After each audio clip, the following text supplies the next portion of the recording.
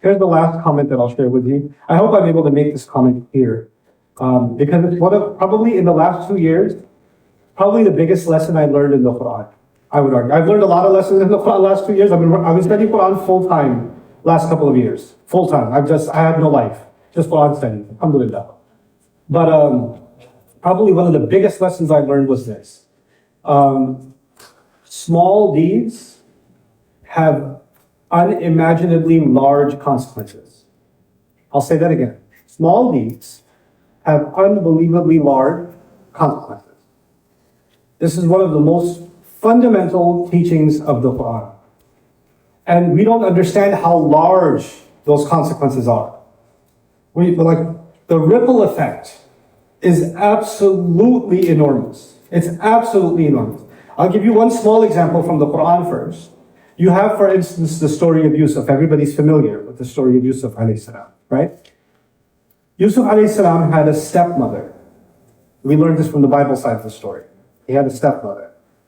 His stepmother felt insecure about Yusuf because his stepmother already knew, because Yaqub alayhi salam had multiple wives, and she knew that he loves. Yaqub alayhi salam was married to 2 sisters, by the way. He was married to 2 sisters. And he wanted to marry one of them, but the father basically forced him to marry the other one, if he wants to marry the one he wanted to marry.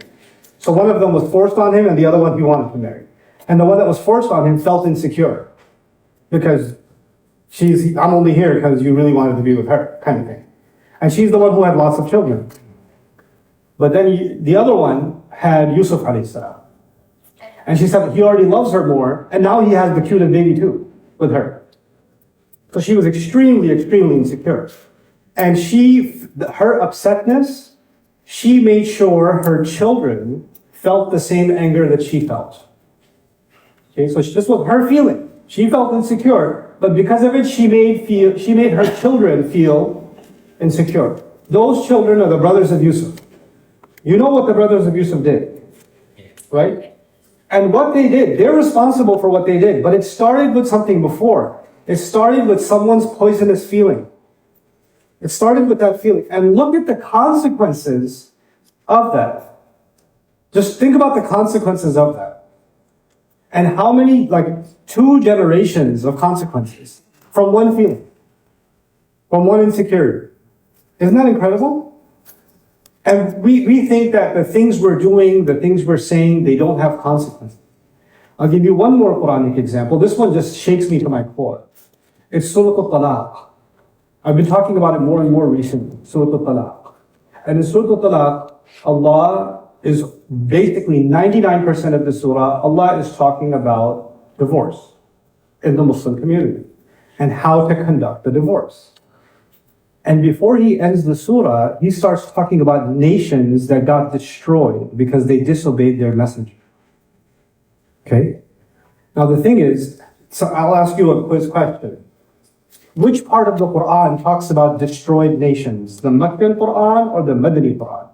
The Meccan Quran. The Meccan Quran talks about the nation of Noah, the nation of Fir'aun, the nation of Lut, the nation of Salih, etc., etc., etc. Why? Because the Quran was talking to the Quraysh. And the Quraysh were behaving like people of Noah. They're behaving like people of Fir'aun. They're behaving, so now the Quran is saying, you're acting like these people. Look at what happened to them. Do you want this to happen to you? Basically, that's the idea, right? So we expect that Allah will talk about destroyed nations when He's talking to a nation that is going on a path towards destruction, which was the Quraysh. Now the Prophet ﷺ moves to Medina. Who's the main audience in Medina? The Muslims. Ya ayyuhal ladhina amanu, the Muslims. And this surah even begins, Ya ayyuhan nabi, idha talaqtumun nisa, Ya ayyuhal ladhina amanu, Ya ayyuhal ladhina amanu. This surah begins with addressing the Prophet ﷺ, and then he starts talking to the Muslims. From the beginning it's clear, Surah Al-Talaq is a conversation with the Muslims, not with the kuffar. But before the surah ends, Allah starts talking about nations that God destroyed because they violated their messenger. What is this ayah doing in a surah that has nothing to do with, because Allah is telling us that these laws that Allah has given when you play with them, then the consequences are not different for you than they were for the nation of Nuh and the nation of Salih. You are not immune. You're not safe. You're in Medina. You're being called believers. You are standing next to the Prophet ﷺ, but you're still not safe. These actions have consequences. Take this seriously. And interestingly, this is a lecture I gave in Toronto. The last thing I'll share with you, then I'll hear from you guys. I talked about a term called hududullah. Have you heard the term hududullah before? Okay. It's used less than 10 times in the Quran, hududullah, or hududu, right? Anyone know what the hudud of Allah means? You can just call it out. The limits of Allah. The limits set by Allah, right? The limits set by Allah. Can you give me an example of a had? Okay, so what's a had in Islam? Is it punishment? Yeah, give me one. The punishment Like for example, punishment, fine. Like for example, what? of thieves. Cut the hand of the thief would be a had. Okay, what else? Anything else? Rajm would be a had. Great. So I told you, hudud is used in the Quran multiple times, yes? It is only used once, generally. وَالْحَافِظِينَ لِحُدُودِ اللَّهِ. Only once in general. They guard the hudud of Allah. That's general. All the other times, hudud is used in the Quran is about the rights of women and inheritance. That's it. No other place. It's either divorce law, family custody, it's the share of the mother or the sister or the daughter or the wife and the inheritance. You know, these are the rules where Allah keeps mentioning what? Hudud, hudud, hudud. When the Muslim population, like yourself, when we think of hudud, what's the first thing that comes in our head? Cut somebody's hand. Yeah? This country doesn't have hudud. I don't see any blood. And the hudud that Allah did mention, because Allah mentioned a lot of hudud. Allah mentioned a lot, and He mentioned this multiple times. And every time it has to do with the regulations surrounding divorce. Why so much talk about divorce? Because Allah knows people abuse each other during divorce. So make sure you follow the rules when it comes to the divorce. People abuse each other during inheritance. So make sure you follow Allah's rule when you are distributing the inheritance. Like wherever there's more potential for abuse, Allah mentioned hudud. That's what Allah did. And hudud apply to everybody. The stealing, the cutting of the hand applies to a thief. Not everyone's a thief. But everyone has a family. Everyone has death in the family. Everyone has some drama in the family. So the hudud were for everybody, right? That's how the term was used. And the incredible thing is, even in Islamic communities, Islamic families, Islamic looking people, there's no respect for the hudud that were described in the Quran. Generally speaking, there's no respect for those hudud. And that's the tragedy. This is what I call, the appearance of Islam. This is not Islam itself. And then we have the questions about how do you purify your heart. Do you see how hypocritical that sounds? Right, here you have Allah is giving you, here's what you do, and then you don't do any of that. And then you want to sound like, you have, for example, to give you one of them, within the ayat of hudud, لا تضاروهن لتعبدوا عليهن. So let's say a man and a woman, they're about to get divorced, so they're thinking of separation, right? And they've had a difficult marriage, whatever. Now they're thinking about separation, and her friends come to her and say, hey, let's go to Halal Bucks. Because Starbucks is there. So, let's go somewhere and sit. I told you he's toxic. I told you he's a narcissist. I was telling you, I just had a feeling about this. Girl, you need to get away. Save yourself. Don't listen to him. Don't answer that call. Don't respond. You know what? Let me answer the text. I know this because I secretly sit next to you on that table and watch what you're doing. But anyway,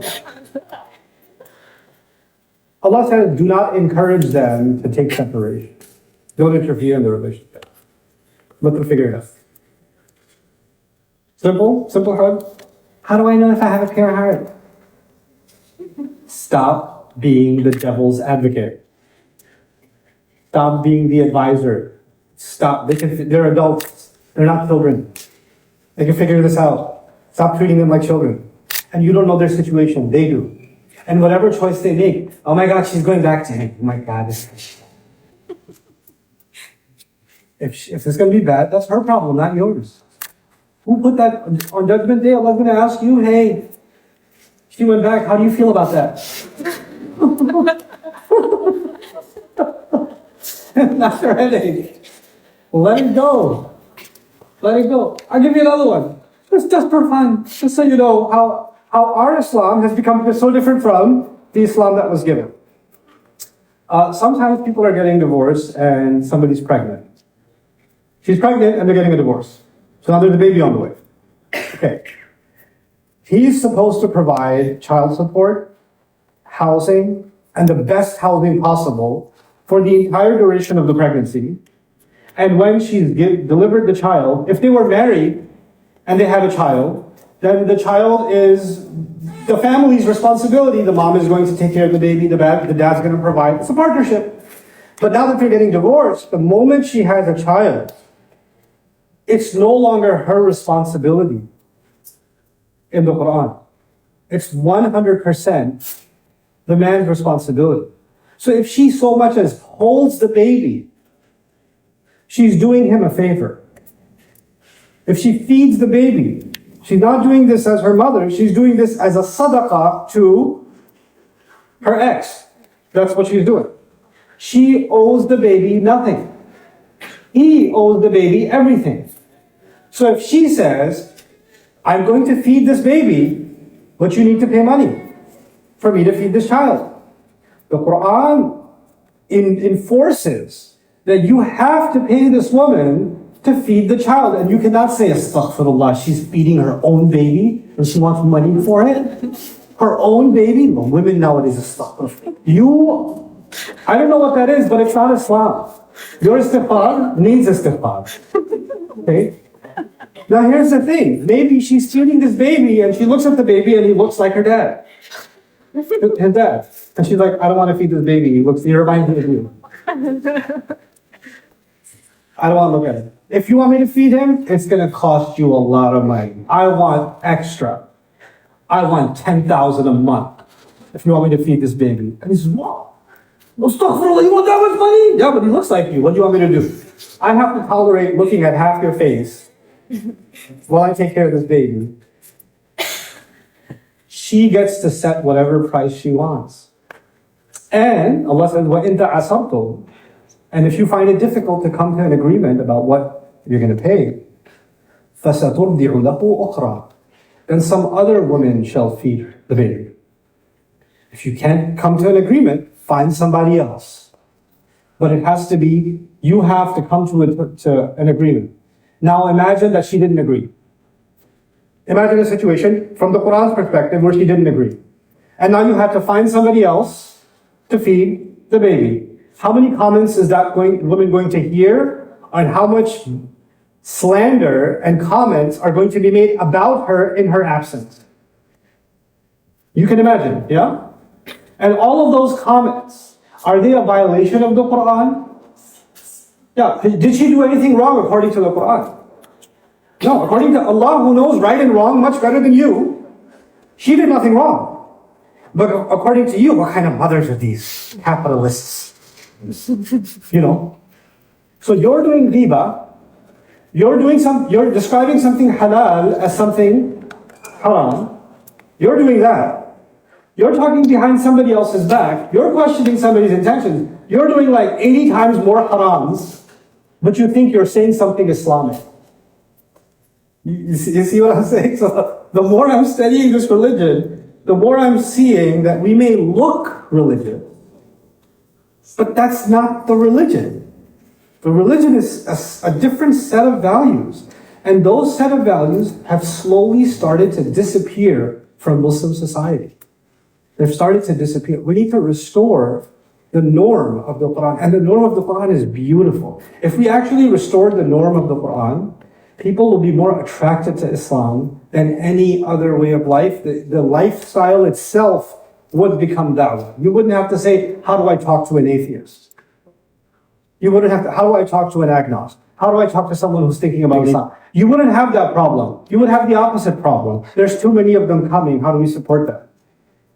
That would be the case. If you were actually embodying the values of this book. I know it's on my, can I share one more with you? One more? No. One more, okay, one more. Okay. Just give me a mic, is the biggest mistake. Anyway, so like, here's a really fun one. Since I was studying Sunnah Talaq, it's on my mind. They have something in American law and in British law. And I was particularly interested in American law and British law because the Americans and the British poisoned most of the world for the last couple of hundred years. The French came in with the bronze medal, but the Americans and the British, and you know, wherever they went, they left their version of the law in those countries, right? So they left an impression of their legal system in all of these Commonwealth nations, right? So I was interested in their understanding of marriage and divorce and their legal system, because that impacted most of the planet, right? And I found something called, there's this concept called no-fault divorce. It was introduced in England, I think 1969 or something around there, and it was introduced in the United States in 1970. So it's very recent. There's not even been, it's maybe a little over 50 years. It's new. Before that, in America and in England, if a woman wanted to get a divorce, she had to prove that her husband has done two things. One, he's cheated on her. Two, he's committed a crime. And if she only brings one of them, it's not good enough. So she has to show that there's something very seriously wrong with him in order to justify her divorce. Okay? So she has to bring fault. She has to bring fault. Reagan, I believe, in the United States, introduced something called no-fault divorce. No-fault divorce means a woman can come to the court and say, I want to get divorced. Why do you want to get divorced? He has a mustache. I hate mustache. Okay, go ahead. You don't like a mustache? It's okay, it's your choice. You get divorced. In other words, now she doesn't have to prove that there's a what? There's a fault. She may get divorced without proving a fault. Okay. Come to Islam. A woman comes to the Prophet ﷺ, says, I want to leave my husband. You would imagine if Islam is also following fault divorce, what does she have to prove? She has to prove something is wrong with him, something criminal, did he break a bone? I don't see any marks on your face. It's not that bad. I believe he did put boxing gloves on. It's okay. You can handle it. Have sabr. Did any of that happen? No, she comes to the Prophet ﷺ and says, first thing she says, in the Sahih, she says, لا أعتبه في خلق ولا دين. I have no fault to describe in his character, and I have no fault to describe in his religion. There's nothing wrong with his morals. There's nothing wrong with his religion. If she said that today to any of the Islamic people, I want to get divorced, there's nothing wrong with the guy. Astaghfirullah, what are you doing? Islam. She didn't go to one of you, she went to who? The Prophet of Allah, sallallahu alaihi wasallam. And he should be saying, you should keep the family together. This is going to be a fitna. Allah has given you a blessing. Why are you doing this? If Allah has put something, you should have sabr. Look at the example of Nuh alayhi salam. He stuck it out for so long. You should be like Nuh. Did the Prophet say any of that? No. He said, okay. And she did give a reason, by the way. She did give a reason. She said, وَلَكِنِّي أَكْرَهُ الْكُفْرَ بَعْدَ الْإِسْلَامِ. She said, I'm afraid of becoming a kafir after I've become Muslim. That doesn't sound like a reason. She was speaking in kinaya. She was speaking indirectly. What she was saying to the Prophet ﷺ is, I'm not attracted to him. I don't like him. I feel lonely. I don't feel like I have a real companion in this marriage. And even though there's nothing wrong with him, he's just not the right person for me. And because of that, I have thoughts about other things. And those thoughts are like kufr. I'm afraid of that. I don't want to disobey Allah because I'm in an unhappy marriage. That's what she was saying, but she said it very gently. Because she said it in the most dignified way, أَكْرَهُ الْكُفْرَ بَعْدَ الْإِسْلَامِ. And the Prophet ﷺ, of course, endorsed it. Islam introduced no-fault divorce from the beginning. And America caught up to no-fault divorce.